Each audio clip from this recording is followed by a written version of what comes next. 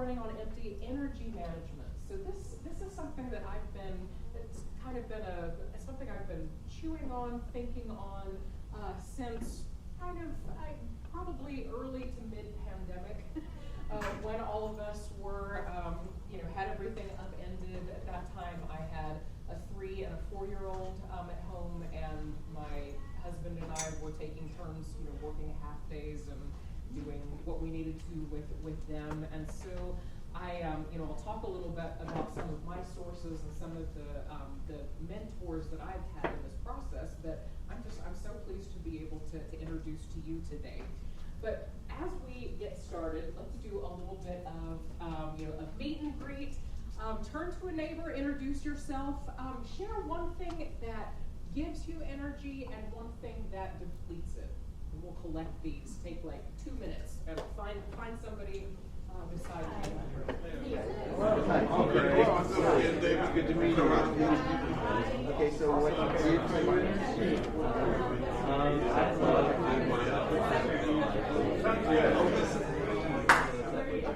I was going to say,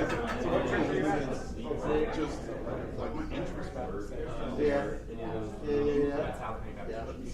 I think what gives me energy is, oddly enough, when I have free time to sit and practice. Yeah, sit at the piano, sit at the organ, just practice. I mean, my life is so crazy. When I was in school years ago, they said, you're supposed to spend 3 or 4 hours a day in a practice room, I was like, yeah, now what I wouldn't give up having. What depletes my energy is staff meeting every week. I was down buying music on Tuesday and I happened to look. The 6 staff meeting. This is great. I told my boss, I was like,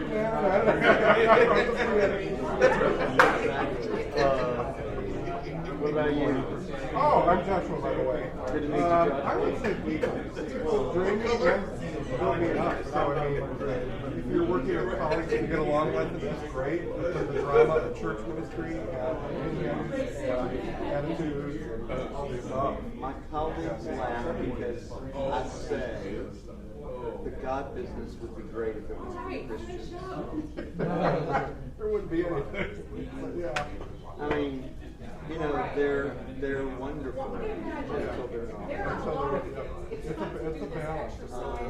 With people in classes, because every now and then, we'll find some things that we all agree on, but it's always fun when we find something that somebody mentions that's here, that somebody else mentions that's over here. So what are some things in your groups or with your partners? What are some things that give energy? Just feel free to shout it out. Outdoor walks. Yeah. Ooh, yeah. Outdoor walks. Reading. Okay. Sleeping. Sleeping. Turn those lights off. I guess I'll drool. What else? Rehearsal. Yeah, rehearsal. Very cool. Singing. Nice. Couple more. Going to the movies or theater. Yeah. Cinema. Lots of Fresh. That's what's that? I was going to say, checking things off of the to-do list. Oh, yeah. Checking things off, right? Yeah. Not putting things on. Not checking the list itself. Yeah.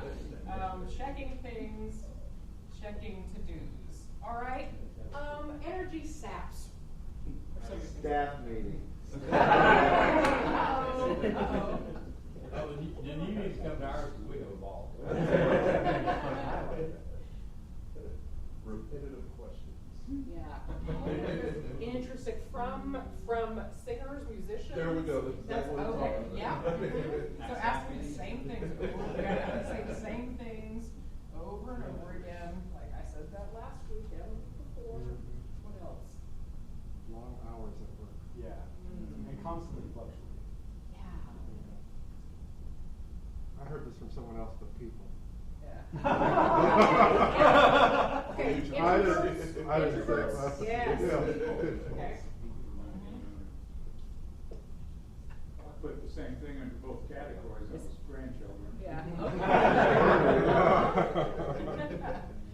Grandchildren. Yeah, I mean, I think family, kind of family generally, yeah, can fall under both of those. Anything else you want to mention? Hey. Oh, okay. Yeah, absolutely. Conflict is quite the energy drain.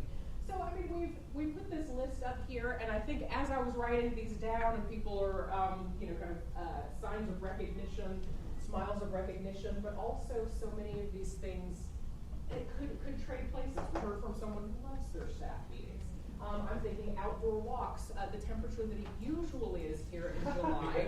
Thank God for this amazing weather this week. But yes, 115 degrees, last year, definitely you're kind of over here in this category. Reading, depending on if you do it for a living, can be pretty draining. So anyway, all of this is to say, energy givers and takers are profoundly personal. Things that energize some people may deplete others, or the same thing that gives you energy in some situations may completely sap it in others. And so what I'm aiming to do today is, today's goal is to expand your toolbox.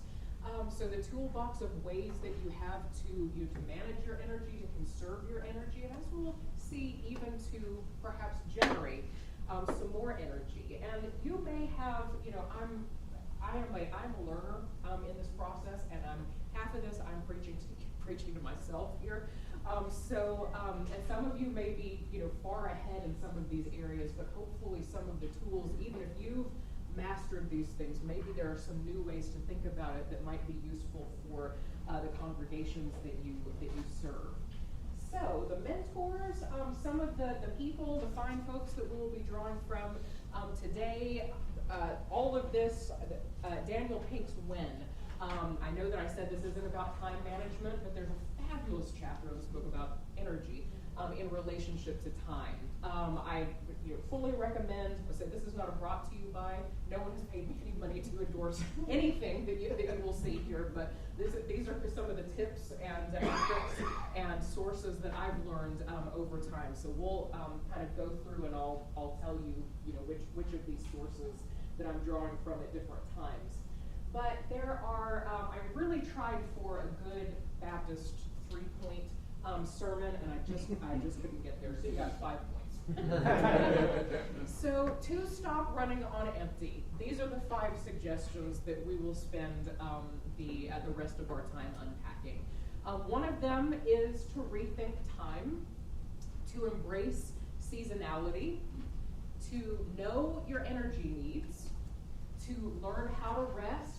Here's where napping is gonna come in, but a whole lot of other things too involved in rest. And then at the very end, because this one just has to go at the very end, have fun.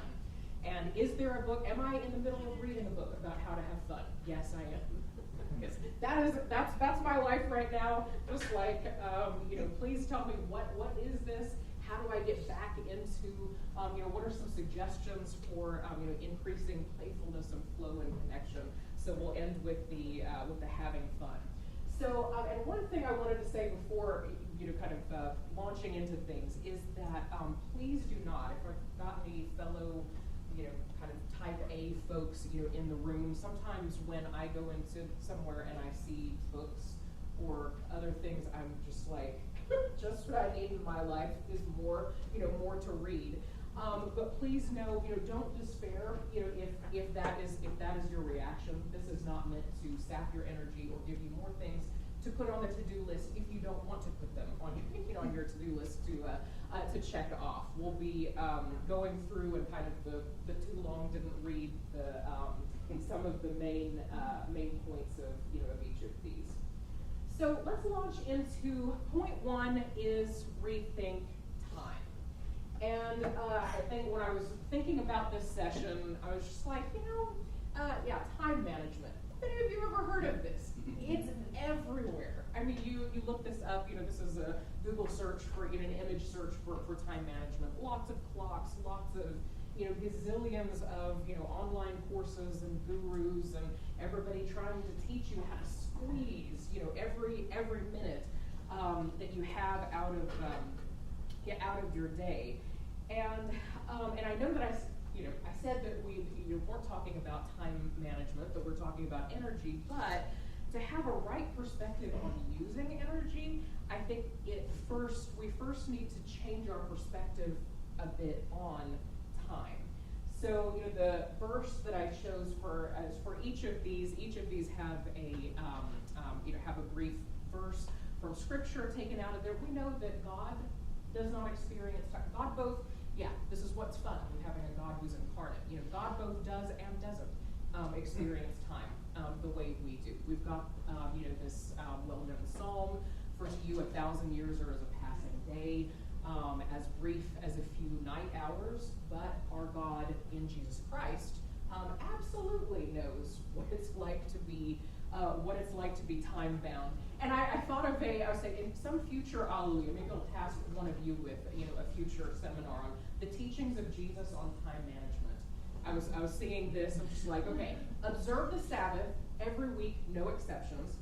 Take time to rest, even when it's inconvenient for other people. Choose the worst possible moments to delay your arrival. These are some of the wisdom of Jesus on time management would be a super fun one. But what I want to say about time, though, is that the way we think about time isn't actually all that true, I think, to many of our experiences. So, so I've got this, your typical Google calendar, electronic calendar, paper calendar, whatever, tends to look like this, with nice little discrete, half hours where that time from 7 to 7:30 looks the same as the time from 1 to 1:30, and so on. And I put an asterisk on we, and I want to acknowledge here that in some ways when I'm saying we here, I don't know if any of you have heard the acronym WEIRD. Psychologists use this. This is a real, I didn't make this up, thing that a lot of psychological studies are, they made an argument that they're biased because all of their research subjects are American college students. Or, they get, where's the best place to get somebody who actually, for whom $10 for doing a research study is meaningful, and who's right there, on campus. And so they've started to test, they're just like, not everything that psychologists find are applicable cross-culturally because, college students make up the bulk of, the people that they study. So Western educated, industrialized, rich, democratic. Again, in perspective, in global perspective. I think that applies fairly well, or at least most of these things I think apply. If you're here at this conference, here in this room, this is probably you. So the way that we think of time, linear, bounded, evenly spaced, limited, all of these ways of thinking about time, when we look at our calendars, I was trying to come up with a visual for, for something, for a grid, and this was kind of the best thing that I could find.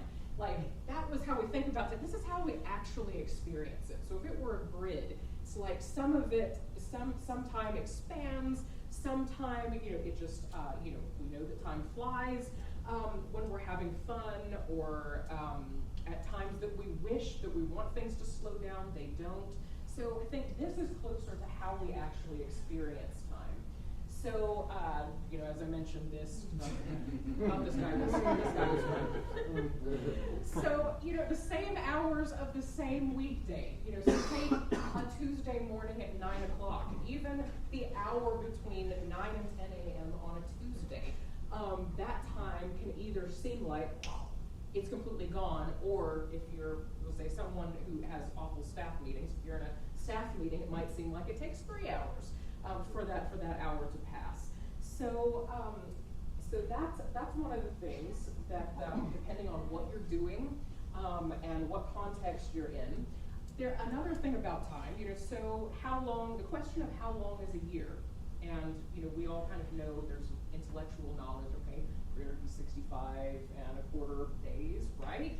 But depending on how old you are, so I have a daughter who just turned 7.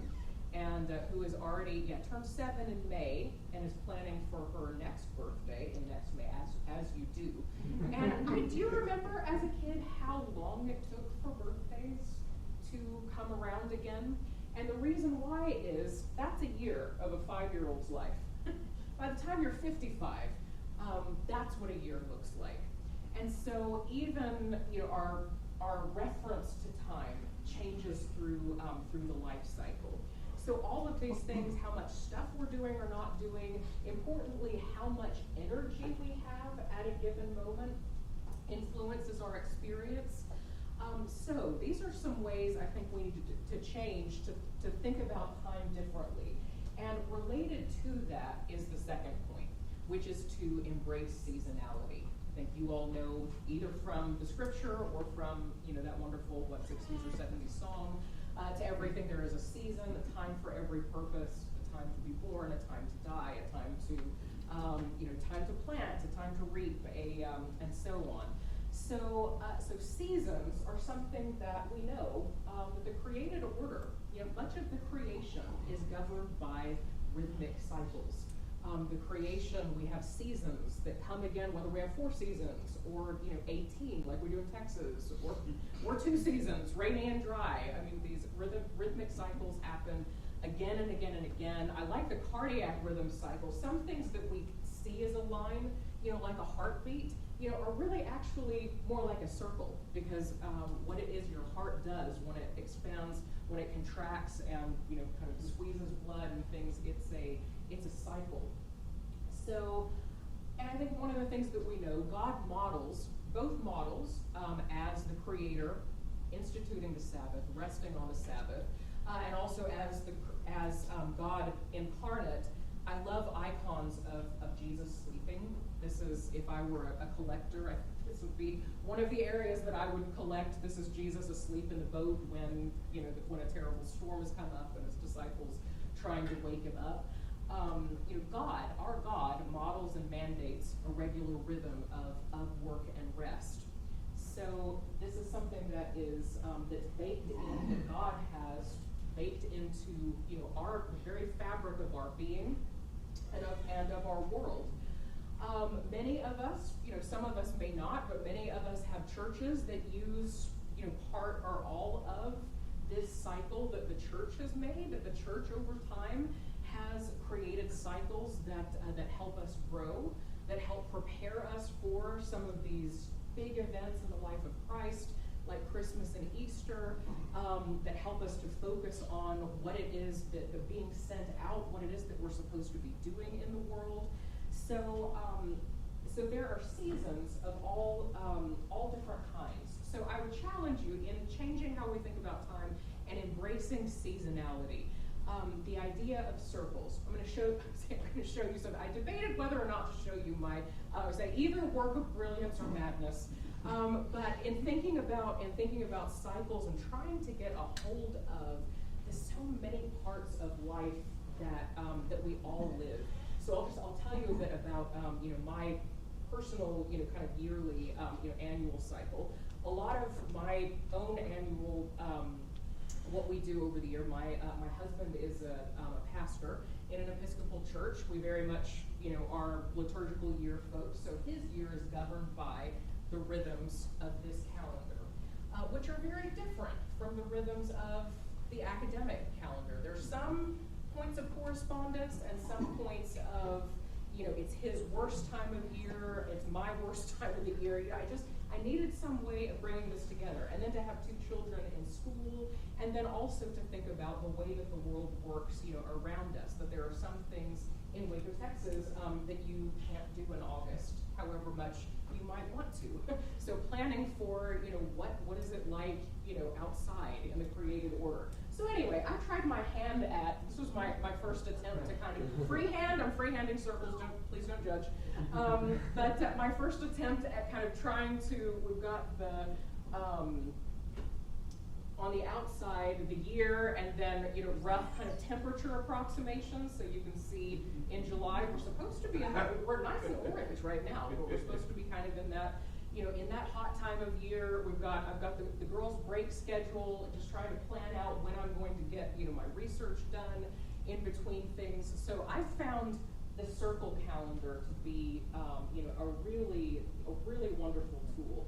and I'm going to skip ahead for any of you. I've got some optional homework in here, completely optional homework that I would suggest is that there's online, because of course everyone has, any idea you've ever had, somebody else has already had it and has marketed a product for it. So anyway, I go up online, just like circle calendar. Oh yeah. So anyway, again, I'm not getting any commissions from this, but PlanDisc, it integrates with Outlook, so you can go from a linear calendar to a circular calendar.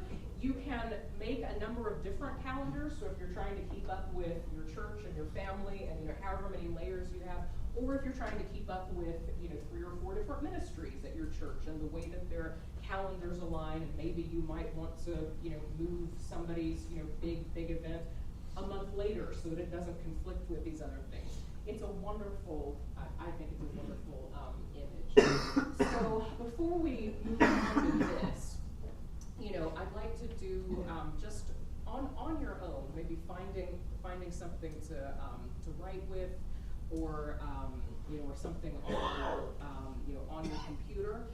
Thinking about if you thought of your life in ministry as something other than a straight line.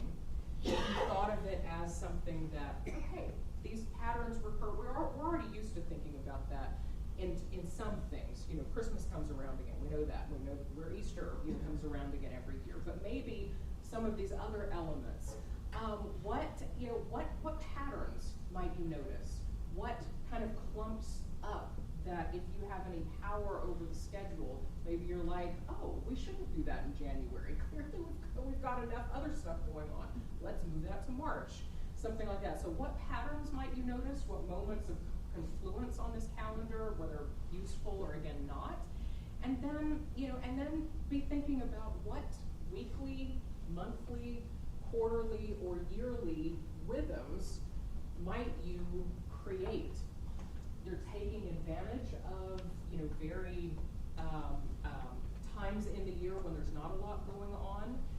Maybe having something to reinvigorate or to motivate during that time period, or maybe it comes time to December and you're doing too much.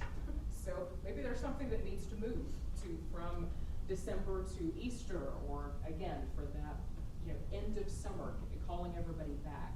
So let's take 2 minutes and just be quiet. Think about this in your own context and just jot down some things that come to mind.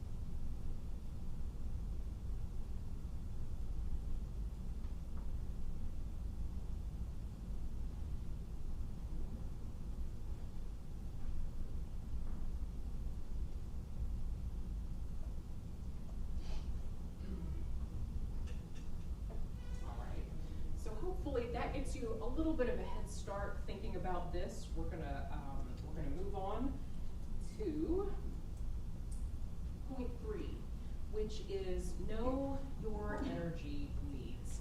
And this is in some ways, this is where I started this process of thinking about energy management.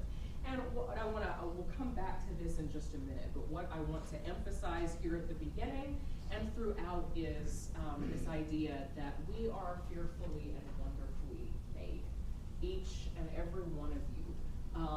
There are no mistakes in this room. God made each of us with very different gifts, talents, capabilities, and very different energy needs, as we will see. That that has a bearing on on so many other things. And so let's spend a few moments understanding these a little bit more.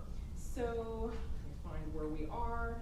So what we're going to do, we're going to kind of understand how our energy varies throughout the day, so that you can find your best times. Again, with not every hour is the same. Well, how do I figure out how some of how that works. We'll talk about that in a moment. So just to bring us back to the ideas we covered in seasonality, again, I think we all agree much of the creation is governed by rhythmic cycles. The human body is fundamentally rhythmic. Some of us have more cycles than others, but everyone, male, female, we all have rhythms that govern what happens with our bodies on a daily and throughout the life cycle. So, some key insights from Daniel Pink's When. One of them is kind of the universal and then the specific. So humans, he argues, drawing from quite an impressive array of, again, cross-cultural, not only weird people, but really people across different continents, different cultures.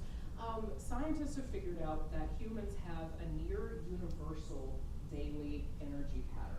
And now universal is one of those words that we use, oftentimes we use very cautiously, and some of you are just like, really convince me of that. There are some caveats, of course, like, are you a morning person, an evening person, and all those kinds of things. But we'll unpack those in a minute. But then each person has his or her own unique circadian rhythm. And that's where the distinction comes in. So, hidden pattern of everyday life according to Pink. He talks about our energy. Everyone on Earth.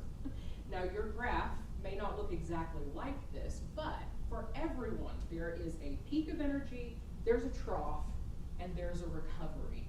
This more or less, I identify as a morning leaning intermediate chronotype, which I'll unpack in just a minute. So I'm not a true morning person, no, but I'm also not an evening person. So a lot of us are kind of in the middle, leaning one way or the other, and this is absolutely me. Start of the day, I peak, 10, 11 a.m. and then siesta, please. I need to do brainless work or something that's gonna revive me. I find actually teaching in the afternoon is really good because otherwise I will really want to go to sleep, and students help wake me up and keep me conscious during that trough. That and some caffeine. And then recovery, a lot of us maintain or come back to some energy at the end. The catch is, for all of you out there, and a lot of creative types are night owls. So for any of you who are just like, this isn't me, I don't peak anywhere near the start of the day, the night owl trend is reversed. So for night owls, you basically start somewhere in the middle, have a trough, and then your peak happens closer to the end of the day.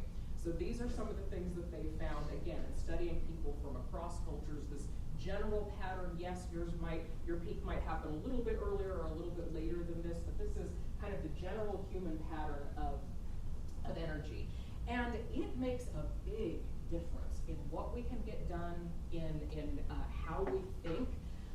Quoting Pink here, he says, we are smarter, faster, dimmer, slower, more creative, and less creative in some parts of the day than others. These daily fluctuations are more extreme than we realize. The performance change between your own daily high point and low point can be the equivalent to the effect on performance of drinking the legal limit of alcohol. Okay, so that's one person. That's you throughout the day.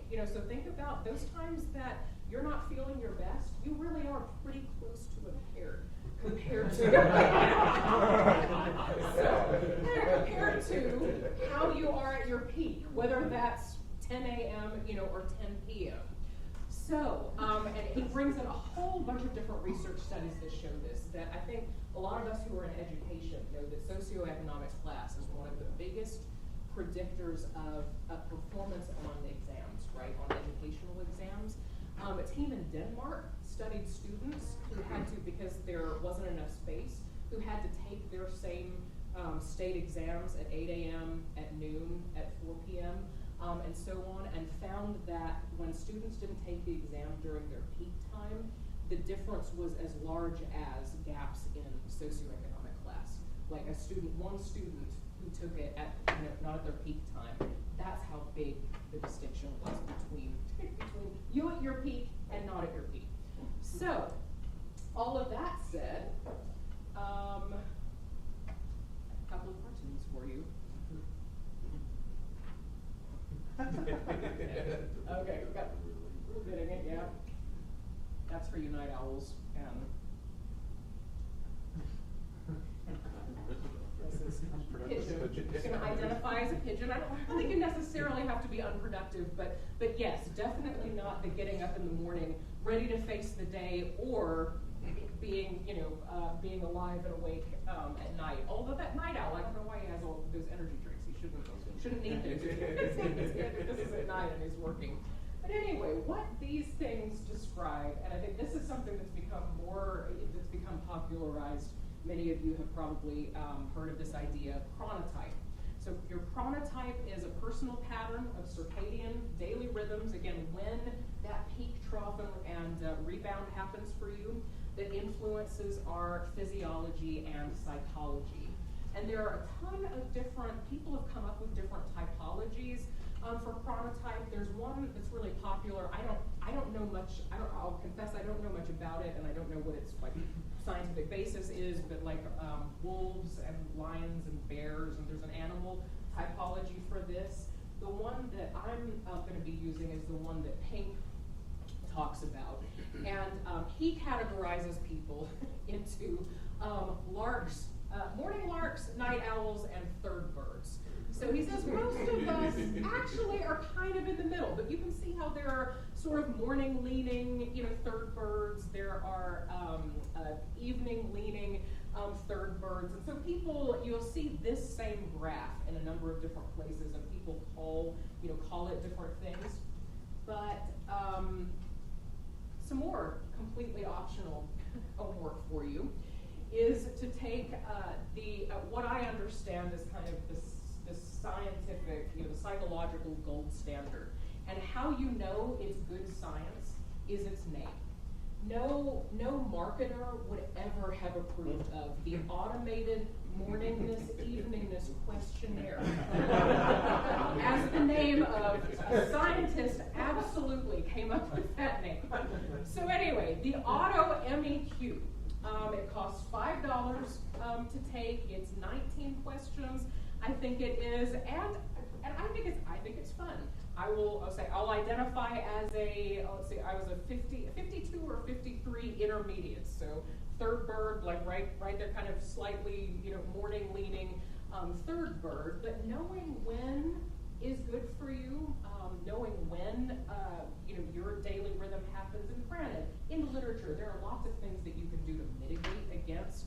Some of us work 9 to 5 because that's when the hours are. It really doesn't matter, what times are best for you. But there are lots of, once you know this, there are a lot of tools and tricks and techniques that include caffeine, melatonin, light therapy, these kinds of things to try to make life livable. But we all have some things that are within our control. So knowing how your body works, how you are fearfully and wonderfully made, can help you strategize. If you're in control of a meeting schedule and you, like me, are, more or less, parts of your brain are completely worthless, at a certain hour of day, maybe don't schedule your meetings where you have to make big decisions during those times. See if you can schedule them a little bit earlier. Or other things. If you know that there's a time, I do my writing. I try very hard to set aside time every day to do writing in the morning, because I know that that's when my brain is at its best for a while. Not checking email until after I got done with my writing was terrifying. But you know what? Not once has something burned down. Not once has there been an emergency that couldn't wait, in my email for an hour. And if it were an emergency, I mean, people who need to obviously, call my phone. But that's made a huge difference in, getting done these things that matter. So going back to being fearfully and wonderfully made, tried to emphasize your energy needs are different from the person sitting beside you, are different from mine. Not all hours of the day are equal or the same for every person. My best hours may not be your best hours, and here's something that I've had a hard time coming to accept, is that I might have fewer peak energy hours than you do, or that someone does. Then again, I may have more than some other folks. I might need to sleep more than you do. And if there were a sleep scale, I'm on the more sleep side of that. And for years, I'll tell you, do not compare yourself to others, because we know that comparison is, leads to all kinds of ills. But the anecdote that I wanted to share was about my mother, who's one of those people who she really can live and thrive on 6 to 6.5 hours of sleep every night. And she never shamed me or said anything to make me feel bad about that. She just modeled that through all of my growing up years. And so as a teenager, I felt like something was wrong with me, that I could not, and of course as a teenager, you need 2 more hours of sleep. Anyway, I didn't know any of that. I'm just thinking my mother gets so much done, and she goes to bed at this time and gets up at that time, and so I would try to get up really early so that I could practice piano and do studying and and things like that. And I'm not a 6.5 hour a day sleeper. I'm an 8.5 hour a day sleeper. That's my sweet spot. I can do 8 for a while, but any less than that, and as I found out with the birth of my 2 daughters, I'm impaired. I'm one of those people that is really impaired by lack of sleep. So your energy needs say, just to reinforce this, say absolutely nothing about your personal worth or your value. And they should never be used as a means to shame someone or to shame yourself, or to feel moral superiority. And I think we see this a lot with some of you may have seen, may be familiar with spoons. Any of you who aren't familiar with this trend, I'll explain it in just a minute. But there's a common metaphor that's used related to, it came about through people addressing chronic illness and trying to explain, what it's like to have a body that doesn't, that works differently from most other people's. And, but a lot of times, as we know, disability can be invisible. And so trying to explain to people, the spoon metaphor was developed. It's kind of a simple way of thinking about capacity, of thinking about the capacity that we have in our day. Again, it developed among the people with chronic illnesses. And the idea is that it takes a certain number of spoons every day. You have a limited number. So what are you going to give them to? If you only have 12 spoons worth of energy per day, look at how many spoons it takes to go to work or go to school, to go shopping, to go to the doctor. What if you have, or to exercise? So if you have 12 spoons a day, it's like what's going to give, so that you can do that. If if your energy is represented by spoons, this spoon is a single unit. A way of talking about our capacity. And I was curious. I looked at this chart. I like this chart, and I was like, okay, if you were to do all of those things in one day, how many spoons would it take? So 40. The answer is 40. If you were to do all of those things, and if we were to look at them all, 40, that would be a really busy day. But I think some of us have had days like that, right? So I'd say on most days I'd say 80%, of those things. I don't go shopping every day. I go to work and school, 5 days a week. Definitely don't do light housework every day, but on the days that gets done, the 3 spoons. And just to be transparent, I first came across the spoons metaphor as someone with an autoimmune disease that thankfully has been fairly mild. But in April of this year, I had a relapse, and it knocked me from, say I had 32 spoons a day, and if I was doing 80%, 32 to 16 spoons. So I was not as well bathed, during that time. I did not, we ordered out a whole lot during the month of April. I worked from home when I could, and so, all of us have had those experiences. Even if you don't have a documented chronic illness, just when you're sick, we all know how much that takes away from things. So the two critiques I have here that I'm going to kind of add back in here is that spoons aren't just, this metaphor isn't just helpful for people who are chronically ill. It does help us to understand that experience better. But the thing is, we all have a limited number of spoons. Whether that's 40 spoons, or 60 spoons, or 80 spoons, or 3 spoons, we have a limited number.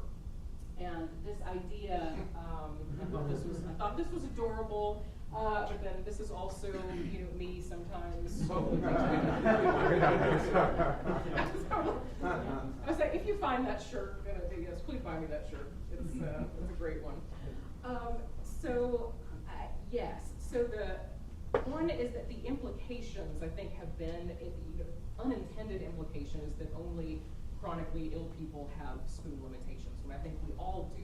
And then the other that is not usually addressed when thinking about spoon theory, and here is where we turn towards hope, is that I think it might be possible to increase your spoons, to increase the number of spoons that you have throughout the day. I think we can all think of those engagements, especially with other people, especially with other brothers and sisters in the body of Christ, with other ministers, hopefully experiences this week where you go into a conversation and at the end of it you feel more energized than you were when you got into it. I think that's a moment in which it's like we can give each other, we kind of give each other an extra spoon.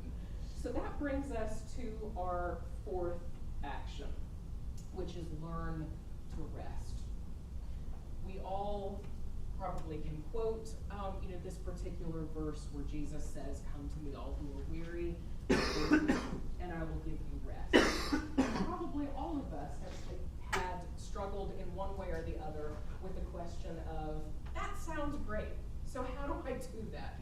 How do I rest? I think our culture and the source that I am going to be drawing from in just a moment is, says that rest is something we intuitively understand as children, something that we manage to unlearn or get beaten out of us by formal education, pressures of the workplace, and so on. And so a lot of us reach midlife, later life, and so on, having lost some of these skills. And so I'd like to draw for just a moment. I'm actually going to, forgive me, to say it's a horrible thing. I'm going to skip past our rest break to get in. I will tell you about why rest is necessary.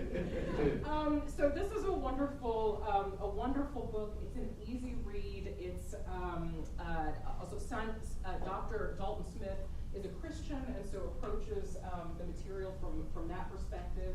And she says there are 7. There's not just one kind of rest. If you get enough sleep, if you make sure to get enough, your 8 hours of sleep for 3 days, and you're still waking up exhausted and not wanting to, the problem isn't physical rest. It's probably one of these other kinds of rest. So very briefly, I'll describe to you the way that she describes these. So physical rest, I think, is the most obvious one. This includes, getting high quality sleep, right?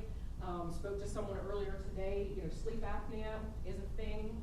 If you're not getting high quality sleep, it's not gonna matter how many of these other things are in place. So get yourself checked out if you think that might be a problem. But there are other active forms of physical rest. We can think, yoga, massage, some of these other things that help our body get into a space of rest. Mental rest. So mental rest, if you're a knowledge worker, if you spend a lot of your day at a computer, if you do reading, if you're a student, this is probably a kind of rest that you desperately need.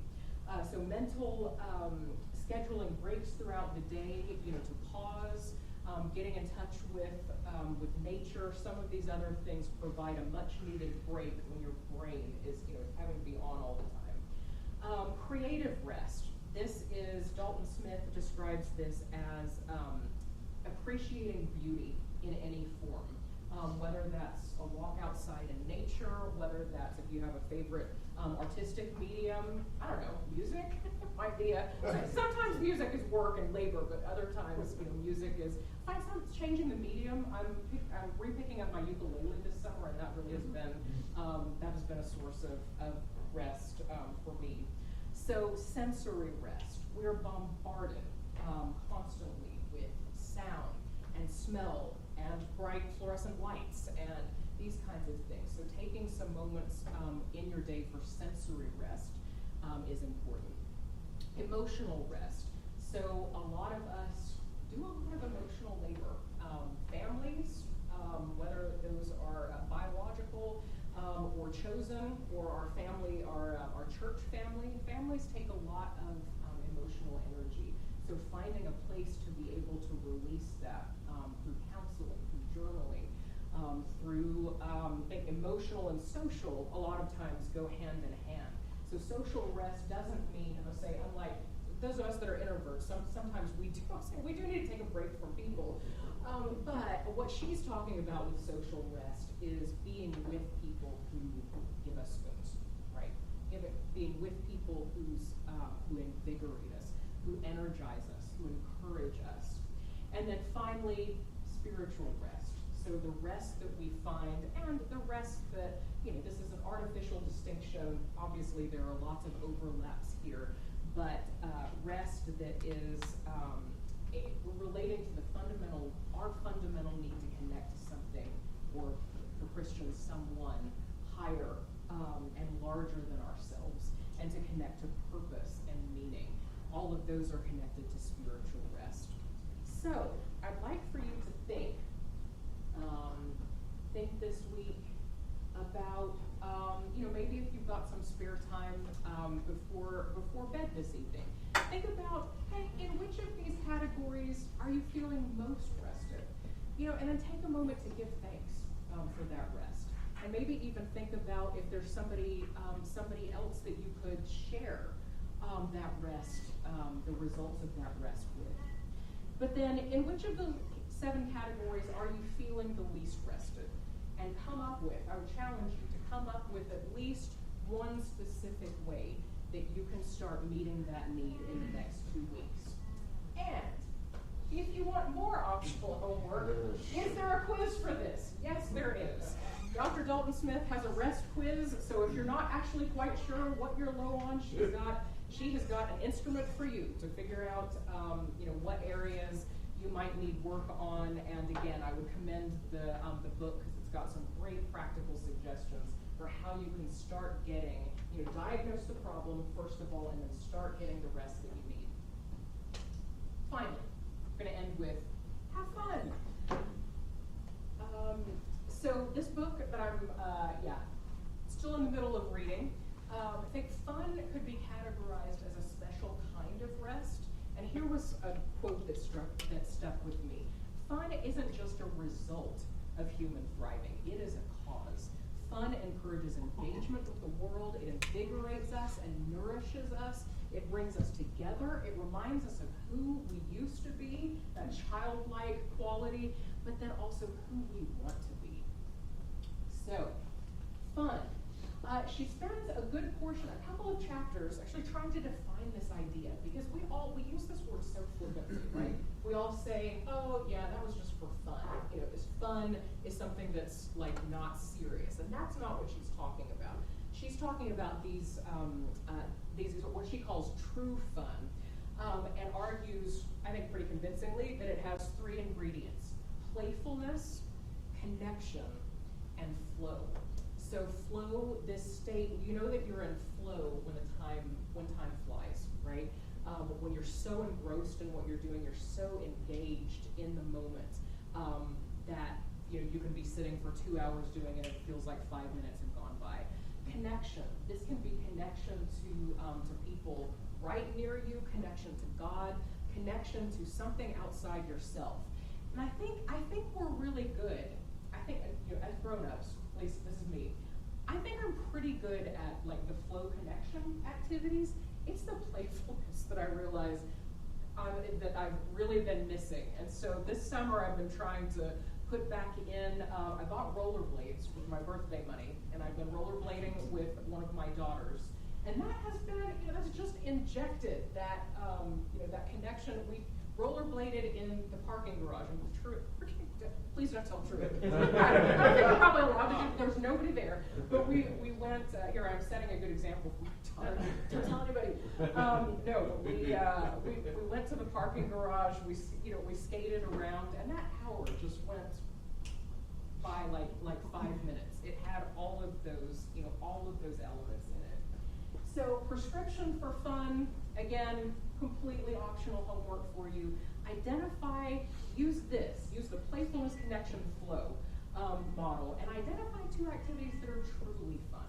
Not just something that you do to fill time.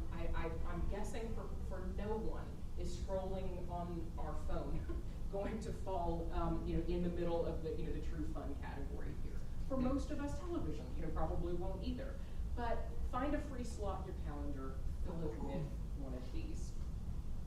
So, just to review where we've been, so these are the 5 suggestions. Rethink time, know your energy needs, embrace seasonality, learn how to rest, and have fun. And now I'm going to pray a prayer over us as we go. This is also from Dr. Sandra Dalton, who has some wonderful other resources in addition to this quiz on her site. But this is when you're feeling overwhelmed. This is what I felt led to lead you in today. So this is a prayer for the overwhelmed. Please bow your heads with me. Jesus, when we are tired, when our body is fatigued, our souls are weary, and our minds are full of anxiety about the future, we need your peace. We need to feel the comfort of resting in your love, the contentment of trusting in your goodness, and the joy of experiencing your holy presence. We choose today to lay our burdens down at your feet. We choose to stop long enough to remember that you are with us on this journey. We choose to return to your ways and to return to rest. Open our eyes to see beauty in all that you have created. Open our hearts to see you in every gift we enjoy. Pour into all of our empty places until we exchange the overwhelm for your overflow. We pray all of these things in the name of Jesus Christ, our Savior. Amen. All right. Thank you all for coming. So much energy.